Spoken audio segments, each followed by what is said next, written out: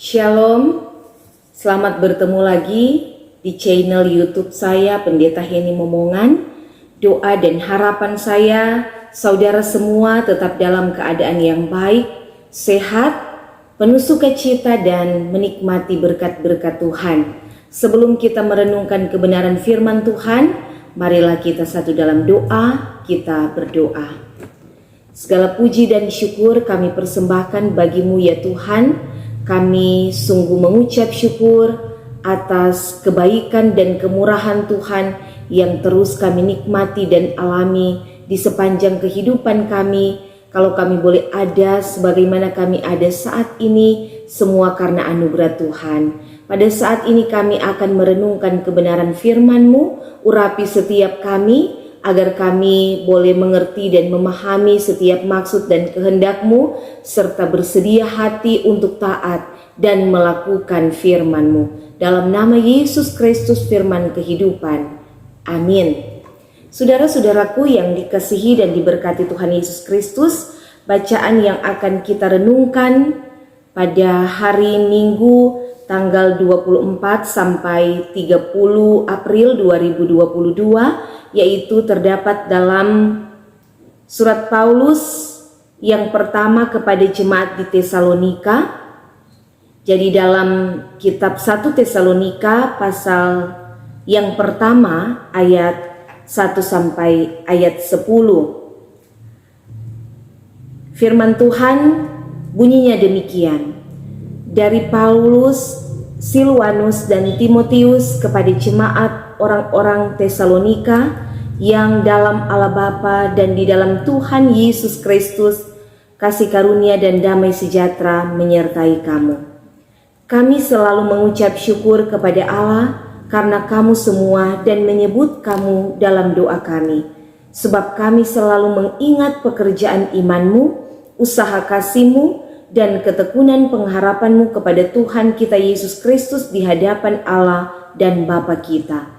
Dan kami tahu, hai saudara-saudara yang dikasihi Allah, bahwa Ia telah memilih kamu, sebab Injil yang kami beritakan bukan disampaikan kepada kamu dengan kata-kata saja, tetapi juga dengan kekuatan oleh Roh Kudus dan dengan suatu kepastian yang kokoh.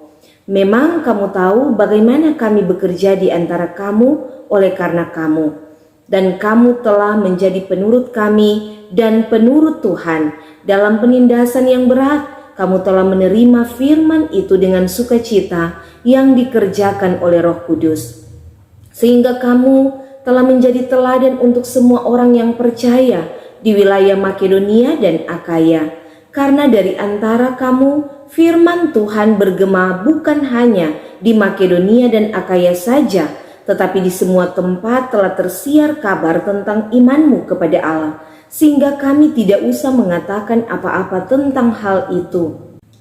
Sebab mereka sendiri bercerita tentang kami, bagaimana kamu sambut dan bagaimana kamu berbalik dari berhala-berhala kepada Allah untuk melayani Allah yang hidup dan yang benar, dan untuk menantikan kedatangan anaknya dari sorga yang telah dibangkitkannya dari antara orang mati, yaitu Yesus yang menyelamatkan kita dari murka yang akan datang.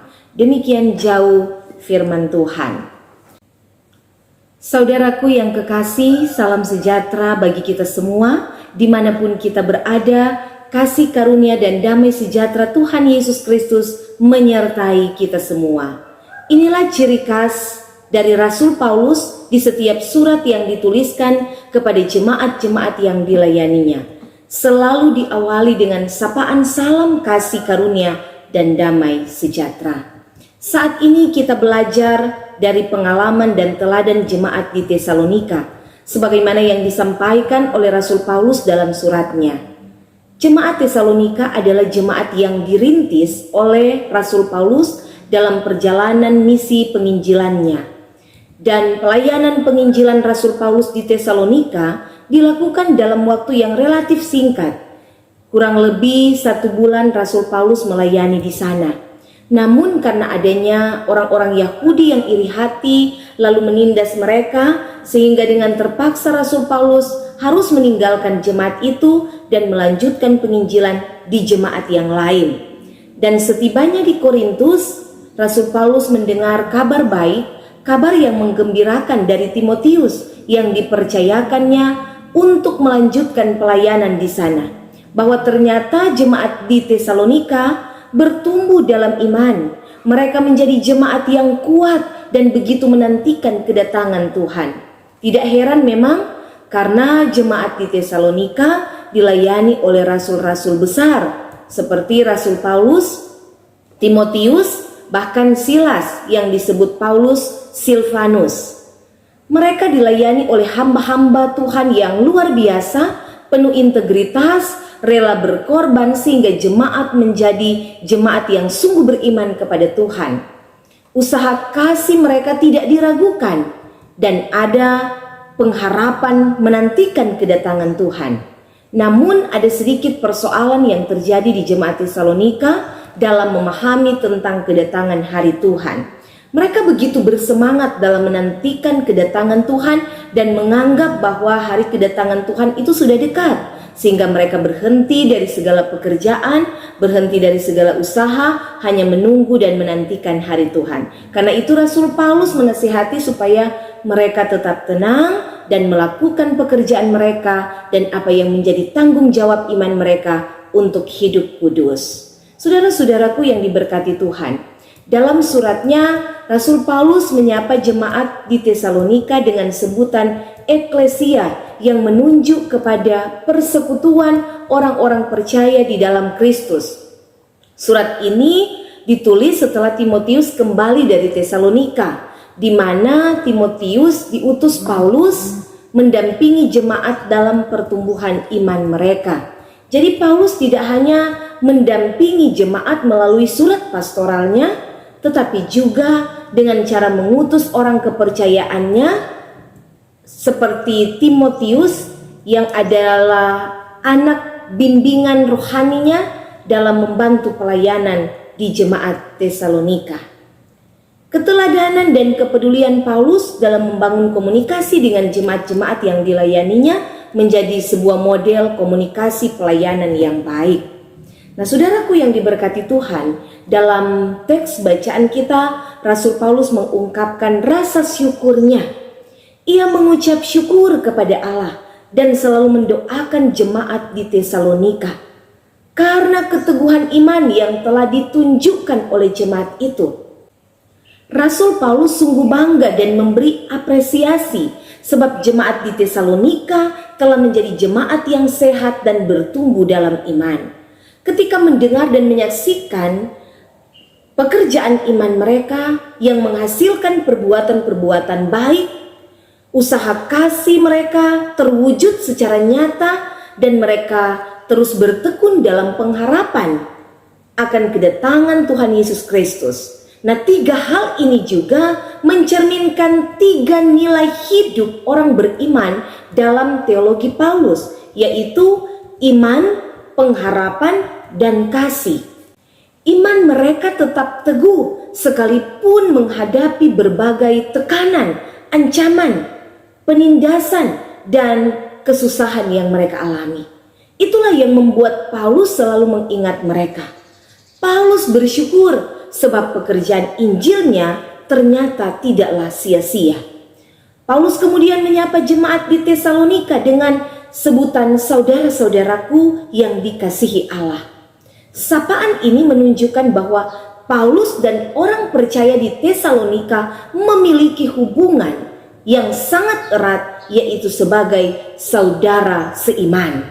Di sini Paulus membangun relasi kesetaraan antara dia sebagai rasul dan orang percaya di Tesalonika sebagai hasil penginjilannya. Paulus mau menekankan bahwa mereka dipilih menjadi umat Allah karena Allah mengasihi mereka. Mereka menjadi umat pilihannya karena menerima Injil yang disampaikan oleh Paulus. Itulah karya Allah dalam Yesus Kristus. Karya Allah ini diteguhkan melalui kuasa Roh Kudus. Bagi Paulus, Injil jika hanya disampaikan dengan kata-kata saja tidak akan memiliki kekuatan apa-apa. Injil dalam kata-kata tentunya harus disertai dengan kuasa Roh Kudus untuk memberikan sebuah kepastian. Karena itu karya Roh Kudus menjadi unsur penting dalam pemberitaan Injil. Paulus tidak menonjolkan dirinya, melainkan menonjolkan kekuatan Roh Kudus bahwa berita Injil adalah suatu kepastian yang kokoh.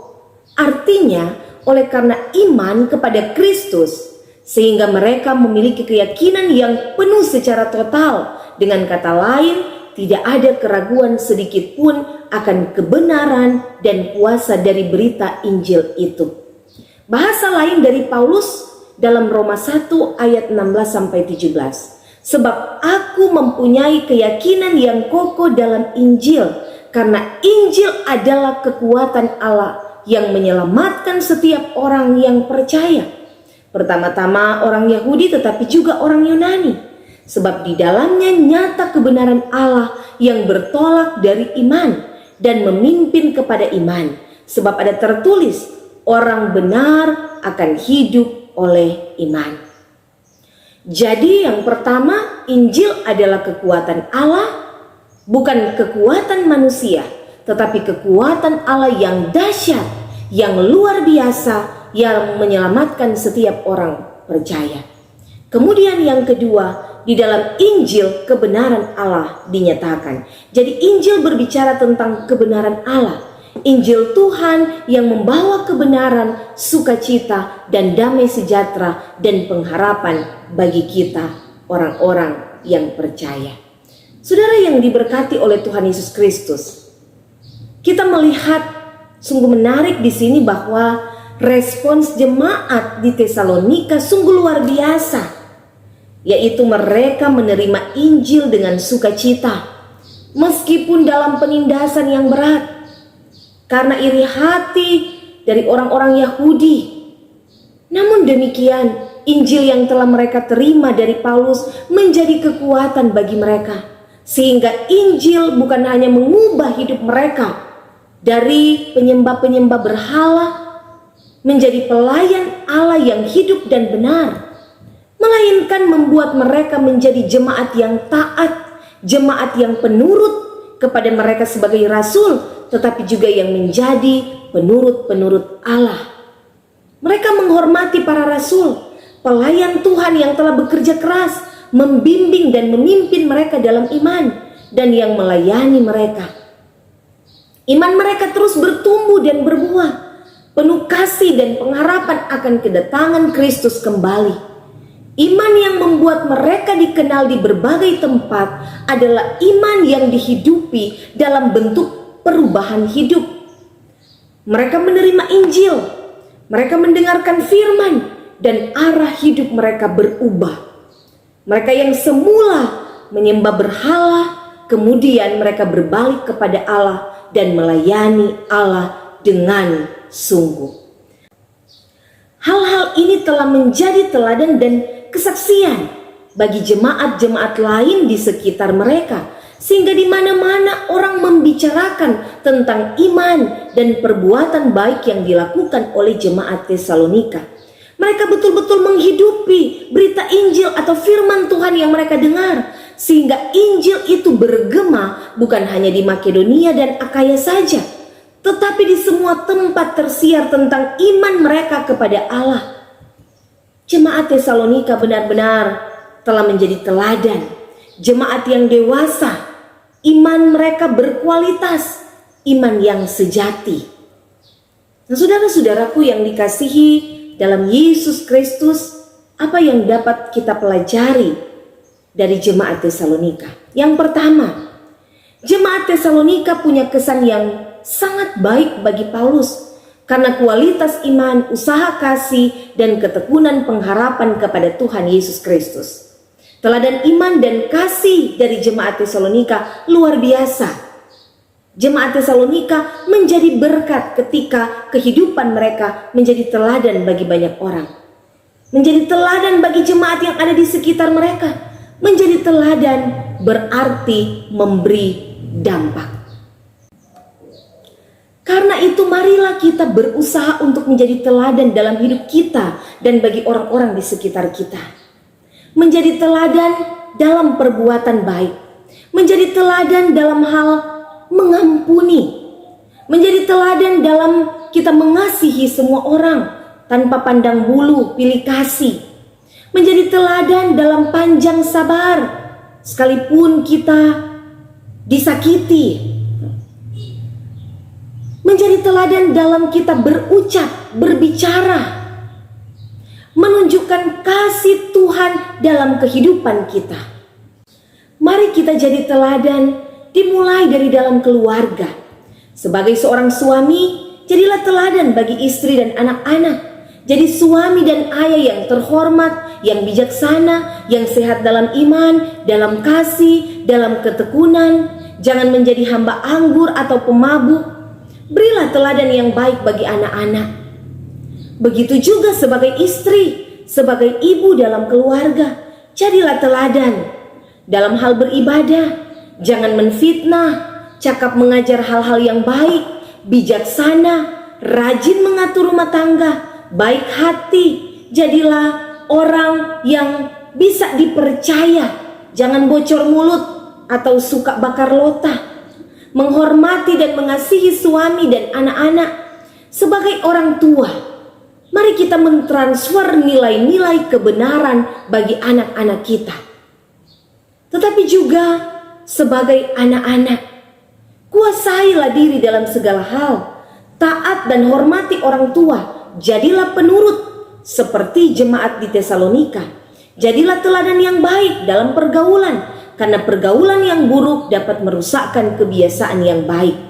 Jadilah teladan dalam penampilan, sopan dalam berpenampilan, sopan dalam ucapan. Jadilah saksi Kristus lewat potensi yang ada pada kita, yang diwujudkan dalam pelayanan. Memberi hidup di masa muda untuk jadi saksi Tuhan. Jangan seorang pun menganggap engkau rendah karena engkau muda. Jadilah teladan bagi orang percaya dalam perkataan, dalam tingkah laku, dalam kasihmu, dalam kesetiaanmu, dan dalam kesucianmu. Hal yang kedua, saudara-saudara, Injil adalah kekuatan Allah yang menguatkan kita dikala dalam berbagai pergumulan dan penderitaan dalam hidup ini. Karena itu mari kita selalu rindu untuk belajar firman Tuhan. Kita selalu rindu untuk beribadah kepada Tuhan. Karena dengan mendengar firman Tuhan, maka iman kita selalu dikuatkan oleh Tuhan. Kita semakin mengerti dan memahami, semakin peka apa maksud Tuhan dalam kehidupan kita. Apa rencana-rencana Tuhan dalam kehidupan kita. Mari belajar untuk menghidupi firman Tuhan itu dalam kehidupan kita. Jangan sampai firman itu menjadi sia-sia. Masuk telinga kanan, keluar telinga kiri. Dapalia rajin beribadah, selalu dengar firman Tuhan, martu kalakuan nyanda mau berubah, nyanda ada perubahan dalam hidup. So tahu-tahu salah, mar tetap bekeng. Serta tak singgung dalam khotbah, mulai persalahkan pendeta atau pelsus. Oh tu pendeta kwa, tu penatua, tu diaken, baba singgung pak kita di khotbah. Berikut kita sunak mau pi ibadah.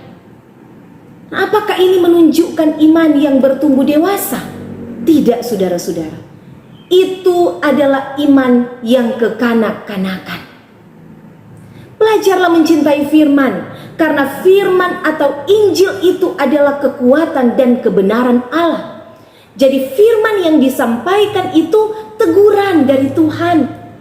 Dan bukan cuma bagi jemaat yang mendengar, tapi juga bagi pembawa firman. Karena firman itu ibarat pedang bermata dua, untuk pendengar tapi juga untuk pemberita firman itu sendiri. Tetapi juga Injil atau firman yang diterima dan direspon dengan sukacita akan membawa perubahan dalam kehidupan kita. Sebagaimana jemaat di Tesalonika, ketika mereka mendengar firman, mereka menerima dengan sukacita dan mereka meninggalkan berhala-berhala, kemudian berbalik kepada Allah yang hidup, yang benar, bahkan mereka memberi diri melayani Allah. Orang mungkin tidak punya berhala patung di rumah kita, Tapi seringkali tanpa sadar saudara-saudara, torang memberhalakan sesuatu yang ada dalam kehidupan petorang. Berhala bisa berupa pekerjaan. Torang terlalu sibuk dengan pekerjaan sehingga nyanda ada waktu lagi untuk beribadah. Torang lebih mengutamakan pekerjaan dan nyanda ada waktu lagi untuk Tuhan. Berhala juga bisa berupa jabatan, kedudukan, atau harta kekayaan. Kadang tanpa torang sadari, torang berusaha untuk mendapatkan semua itu dengan menghalalkan segala cara, sekalipun itu dosa di hadapan Tuhan. Korupsi, kolusi, nepotisme, demi mendapatkan apa yang menjadi keinginan kita. Berhala itu juga bisa berupa hobi. Sebagai contoh, menonton bola kalau bapak-bapak. Kalau ibu-ibu, menonton sinetron. Kalau orang-orang muda, penyalahgunaan sosmed, alat gadget, internetan, dengan tidak memperhitungkan waktu dan mengabaikan jam-jam beribadah, berdoa, baca firman, karena asik menggunakan sosmed. Sosial media itu bisa berdampak positif kalau kita mempergunakan semua itu untuk sesuatu yang bermanfaat, tapi juga bisa berdampak negatif apabila torang salah mempergunakannya. Memberhalakan adat istiadat juga, lebih percaya adat istiadat daripada percaya kepada Tuhan dan lain sebagainya. Segala sesuatu yang membuat torang sulit untuk melepaskan itu, sesuatu yang menyenangkan dan membuat torang lupa segala-galanya, bahkan lupa untuk membangun iman kepada Tuhan. Itu contoh-contoh berhala-berhala modern yang ada pada kita sebagai jemaat masa kini. Seringkali kita memberhalakan sesuatu dan sulit untuk melepaskan apa yang kita berhalakan. Hal yang ketiga, saudara-saudara, jemaat Tesalonika memiliki karakter sebagai jemaat yang dewasa. Bagaimana mereka menyambut dengan sukacita dan dengan ketulusan iman para pelayan-pelayan Tuhan, para rasul yang datang melayani. Dan bukan hanya penyambutan yang baik, kalau kita baca di ayat yang ke-9, sebab mereka sendiri bercerita tentang kami, bagaimana kamu sambut. Jadi penyambutan mereka begitu baik kepada pelayan-pelayan Tuhan, tetapi juga mereka menjadi jemaat yang penurut. Itu dapat kita baca dalam ayat 6, dan kamu telah menjadi penurut kami dan penurut Tuhan. Dalam penindasan yang berat, kamu telah menerima firman itu dengan sukacita yang dikerjakan oleh Roh Kudus. Jemaat Tesalonika adalah jemaat yang dengar-dengaran pada apa yang difirmankan dan diberitakan oleh Rasul Paulus. Nah, Rasul Paulus juga mengingatkan jemaat di Tesalonika. Kalau kita membaca pada pasalnya yang kelima, ayat 12 dan 13 di sana, agar supaya mereka menghormati mereka yang bekerja keras, yang memimpin dalam Tuhan dan yang menegur kamu, menjunjung mereka dalam kasih. Artinya menghormati para pelayan-pelayan, hamba-hamba Tuhan, karena sesungguhnya mereka telah melakukan pekerjaan yang baik lewat pengorbanan waktu, tenaga, pikiran untuk melayani jemaat. Menghormati pemimpin jemaat atau pelayan-pelayan Tuhan adalah sifat orang percaya yang dewasa. Menghormati siapa yang melayani dengan sukacita. Bukan berarti sebagai pelayan gila hormat atau ingin dihormati, ingin disanjung. Tidak, saudara-saudara. Tapi di sini Rasul Paulus memotivasi jemaat untuk menghormati pelayan-pelayan Tuhan di dalam kasih. Artinya mengasihi para pelayan-pelayan Tuhan dan menghargai pengorbanan dan kerja pelayanan yang telah dilakukan dari hamba-hamba Tuhan, pelayan-pelayan Tuhan, baik itu pendeta, guru agama, vikaris pendeta, para pelayan khusus penatua, diaken, tapi juga UPK Bipra, tim doa, komisi Bipra, komisi kerja, kostor, pegawai gereja yang sudah boleh memberi diri, penasehat, panitia-panitia yang dipercayakan dalam kegiatan-kegiatan pelayanan, seluruh perangkat pelayanan yang memberi diri bagi pekerjaan Tuhan. Hormati, hargai pengorbanan mereka, hargai pelayanan yang mereka kerjakan. Sebagaimana Rasul Paulus dan rekan-rekan sepelayanannya yang mengucap syukur dan selalu mendoakan jemaat Tesalonika, demikian pun para hamba-hamba Tuhan, pelayan-pelayan Tuhan akan selalu mengucap syukur dan mendoakan anggota jemaat yang dilayani.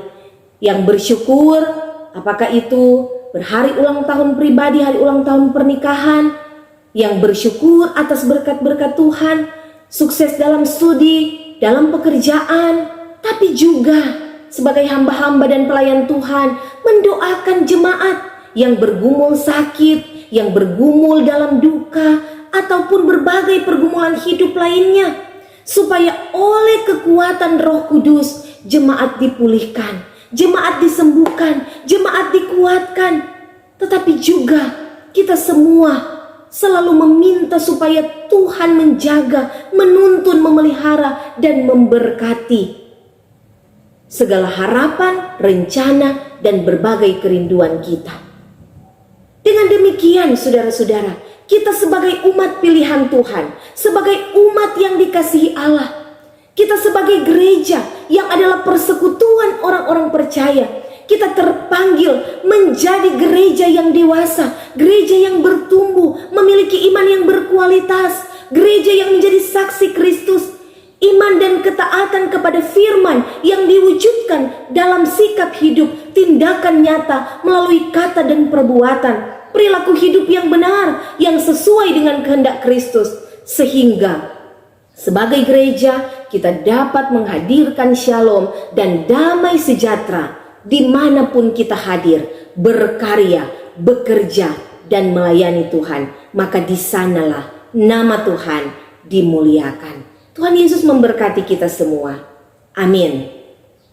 Mari kita berdoa. Bapa di surga, kami mengucap syukur untuk kesempatan yang baik dan indah ini. Kami boleh merenungkan lagi kebenaran firman Tuhan. Biarlah firman Tuhan ini benar-benar mendapat tempat dalam hati dan kehidupan kami, sehingga firman-Mu semakin berakar, bertumbuh, dan berbuah dalam praktek hidup kami. Kami benar-benar mencintai firman Tuhan dan melakukan firman Tuhan itu lewat tindakan-tindakan nyata menghidupi firman Tuhan. Tetapi juga ya Bapa, sebagai gereja-Mu, sebagai orang-orang yang percaya, benar-benar kami menjadi saksi Kristus yang hidup. Kami pun menghargai, menghormati para hamba-hamba Tuhan, pelayan-pelayan Tuhan yang boleh melayani dan memberi diri bagi pekerjaan pelayanan bagi Tuhan. Dan kami percaya bahwa kehidupan kami semua diberkati dalam segala harapan dan kerinduan kami ketika kami selalu mengandalkan Tuhan dalam kehidupan ini. Maka terpuji nama-Mu ya Yesus Kristus. Inilah doa kami, inilah ucapan syukur kami persembahkan dalam nama Tuhan Yesus Kristus. Haleluya. Amin. Demikian saudara-saudara, kita telah merenungkan bagian firman Tuhan ini, kiranya menjadi berkat bagi kita semua, memberikan semangat baru dan terus menuntun kita untuk senantiasa hidup taat dan setia dalam melakukan pekerjaan dan perbuatan yang baik bagi Tuhan dan bagi sesama. Selamat beraktivitas bagi kita semua dan sampai jumpa pada perenungan-perenungan selanjutnya.